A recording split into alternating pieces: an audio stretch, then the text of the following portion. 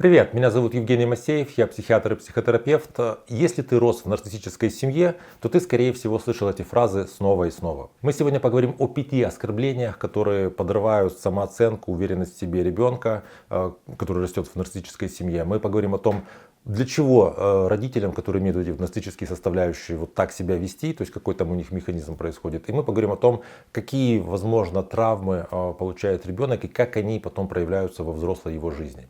Если эта тема вам интересна, вы хотите в ней разобраться, ставьте лайк под видео, подписывайтесь на мой канал, чтобы не потерять меня, и мы с вами начинаем. И первая фраза, которую вы могли слышать, это «ты слишком чувствительный», или там «у тебя слишком много эмоций», или «ты слишком плаксивый». Основная цель – подавить чувства ребенка. Дело в том, что у ребенка логическое мышление, абстрактно-логическое, формируется начиная с 12 лет. До этого ребенок живет полностью в эмоциях. И, соответственно, если ребенку нужно как-то высказать какие-то свои потребности или как-то вступить в какую-то конфронтацию с родителями, когда родители не хотят гулять, а он хочет гулять, или там, любая конфронтация, он проявляет это через эмоционирование. Он часто становится не знаю, шумным, вообще эмоционально таким ярким, неудобным. И родители часто вот эти эмоции начинают его как бы заворачивать. То есть ты не проявляй эмоции, не плачь, не кричи, ты позоришь меня перед окружающими. Основная здесь цель – это подавить эмоциональность ребенка так, чтобы он стал более удобным. Если у ребенка он постоянно это слышит, и он как-то понимает, что проявление эмоций, во-первых, неэффективно, потому что с родителями не получается взаимодействовать, я не получаю, чего я хотел.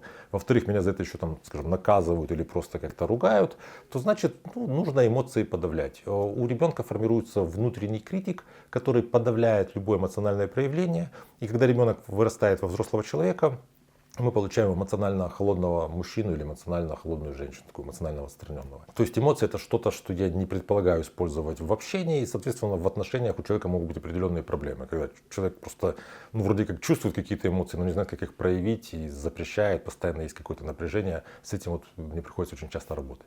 Вторая фраза, которую вы могли слышать, если росли в нарциссической семье, это что-то типа «из-за тебя у меня вся жизнь пошла там наперекосяк, я там ночей не доспала» и прочее. То есть родитель внушает ребенку чувство вины за то, что он, собственно, существует, что в принципе нелогично, потому что предполагается, что родительство — это в той или иной степени какой-то осознанный выбор, и родители выбирают, чтобы у них появился ребенок, и ребенка обвинять в том, что он появился, как будто бы вроде бы как бессмысленно.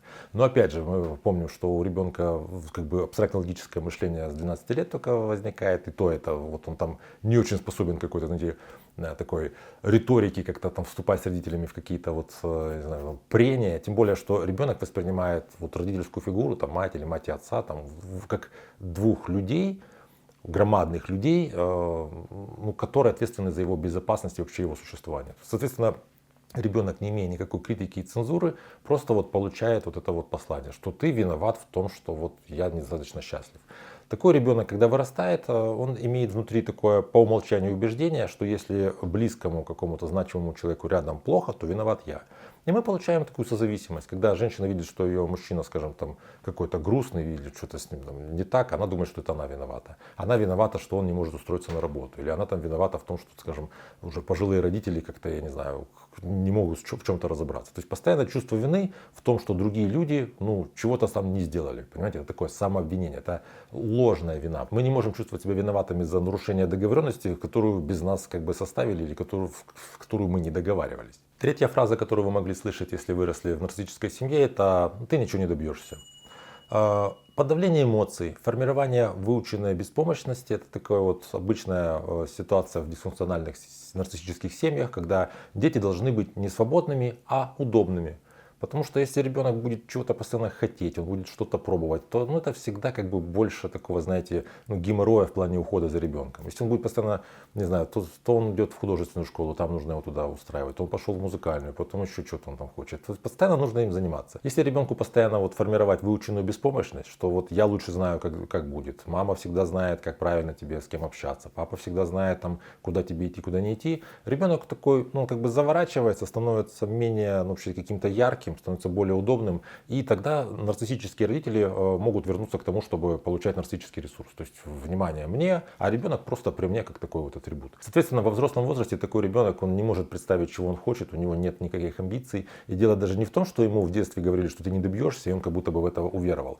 Он в детстве из-за того, что постоянно его не поддерживали, а как бы подавляли, не получил опыта когда я что-то пробую, у меня там с первого раза не получается, а с третьего раза получается, и вот он успех. Ну, то, как в жизни работает вообще любое развитие. Он не то, что вот верит в то, что он ничего не добьется, потому что родители так говорили. Он не имеет веры, он не имеет знаний, не имеет опыта, как вообще чего-то можно добиться. Как можно чего-то хотеть такого, чего не было у меня вчера, чтобы появилось. То есть это человек, который имеет достаточно большие возможности, но не пользуется ими, потому что у него такой постоянный день сурка запрограммирован, выученная беспомощность. Под видео есть ссылка на курс про отношения, который я веду периодически. Скоро будет 6-й поток. Если вам интересно вообще пройти курс от меня, можете ознакомиться с общей информацией. 4-я фраза, которую вы могли слышать, это «ты неблагодарный». Ну и все, что связано с тем, что ты вот недостаточно нам возвращаешь. Нарциссические родители таким образом манипулируют через чувство вины. Когда ребенок как-то пытается выставлять свои границы или пытается чего-то хотеть, ему всегда говорят, что да ты просто неблагодарный. Вот ты там чего-то хочешь, какую-то, не знаю, там одежду, еще чего-то, там хочешь куда-то пойти гулять, еще. Мы же тебе все дали, а ты неблагодарный, вот чего ты еще требуешь. Что ж ты там, вот, почитай сказку про золотую рыбку.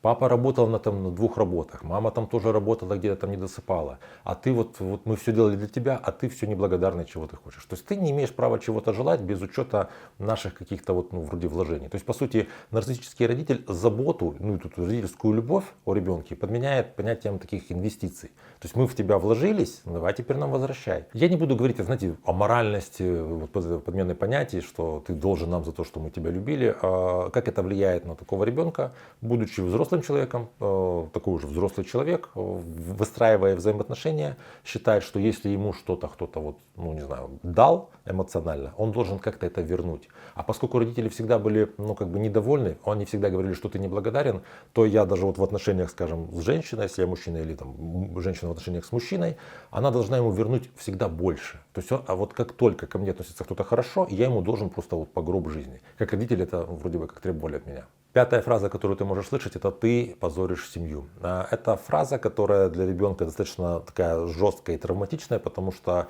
когда ребенок слышит, что из-за того, что он себя как-то ведет, из-за того, что он как-то одевается, из-за того, что, ну не знаю, что-то ему нравится слушать или смотреть, он как будто бы позорит семью, для ребенка, ну как бы это такое погружение в стыд и какое-то, ну, угрозу отвержением. А для ребенка, для маленького, ну, быть отвергнутым из семьи — это страх уровня страха смерти. То есть ребенок понимает, что когда в ответ на какое-то его поведение он слышит это послание, что ты позоришь семью, ты как будто бы вот не с нами, ты не такой, как мы, это приводит к тому, что любые попытки его как-то вот дифференцироваться, сепарироваться, не знаю, найти себя, постараться что-то изучать, исследовать, ну, быть каким-то вообще вот живым разным, а не таким, как его хотят видеть родители, для него, ну, это его туда бросает в какой-то в ужас и вот в страшные эмоциональные переживания. Соответственно, ну, мы сейчас, в принципе, говорим о дисфункциональной семье. Это такая семья, которая, знаете, аналог такой какой-то фашистской, тоталитарной, закрытой секты, где все вот заодно, рука руку моет, никто ни без кого ничего не решает. Ну, то есть решают, конечно, родители, а ребенок должен просто принимать это какое-то мнение. Я знаю ситуации такие очень печальные, когда уже будучи взрослым мужчиной или взрослой женщиной, вот эти уже, ну, мужчины и женщины все равно остаются вот в своей семье уже с такими старыми родителями. И им очень сложно выстраивать отношения с мужчинами или с женщинами вне семьи, потому что этот партнер должен быть принят в семье. Должен его одобрить там мама, папа, там сестры, братья, всех, кто есть. И вот это всегда очень сложно. И обязательное требование для этого вот партнера, который как бы входит в эту семью, чтобы он, ну, как бы поменьше общался со всеми остальными. То есть в такой ситуации нарциссический родитель, он не чувствует свой стыд за поведение ребенка. А иногда родителям стыдно за то, что ребенок что-то делает. Но как бы зрелый родитель выделяет, что это мне стыдно, это никак не связано с ребенком, это, ну, мои какие-то реакции. У нарциссического родителя, естественно, как у всех нарциссов, все эмоции негативные, они проецируются на кого-то. Если мне стыдно за то, что ребенок слушает какую-то музыку, то значит стыдно должно быть ему, потому что мне не может быть стыдно просто по определению человека с нарциссическими чертами. Ну и кроме того, фраза «ты позоришь семью» — это, конечно же, такой попытка нарциссически как бы сохранять какой-то вроде бы как правильный, красивый фасад, и чтобы никто не выбивался, чтобы никто как бы не портил мою вот эту вот розовую картину, которую я выстраиваю, ну, с точки зрения нарциссического родителя. Все эти фразы — это не просто слова, это орудия контроля, которые с детства внедряются в жизнь и вообще влияют на все, что с тобой происходит далее. И первый шаг на пути к тому, чтобы с этим как-то вот, ну, побороться, чтобы разрушить этот порочный круг — это осознание. То есть если ты узнал какие-то фразы из тех, что вот я говорил, или что-то похожее, ты можешь поделиться в комментариях и описать, что, собственно, что с тобой происходило. Если ты понимаешь, что вот, ну, как-то действительно есть какие-то вот эти вот ограничивающие убеждения, установки, которые ты получил от родителей, которые тебе мешают жить, можешь записаться ко мне на индивидуальную консультацию. Ссылки на соцсети есть в описании под видео. Там пишешь мне личное сообщение, мы договариваемся. Также, если ты узнаешь эти фразы и помнишь, что в детстве тебе родители что-то такое говорили, то тут важно так для поддержки понимать, что ты такой не один. Есть достаточно много людей, которые с этим сталкивались. Ну, раньше, в принципе, немножко другой уровень взаимодействия с детьми было больше этого психологического насилия в семьях. Просто важно это в себе как бы отследить и оставить это в прошлом. Нужно, перестать выполнять установки, которые сейчас уже не работают. Если тебе это видео понравилось, нравится этот формат, то ставь лайк, я буду учитывать количество лайков, записывая свои следующие видео. Также подпишитесь на мой канал, чтобы не потерять меня. Берегите себя и своих близких, и до встречи в следующих выпусках.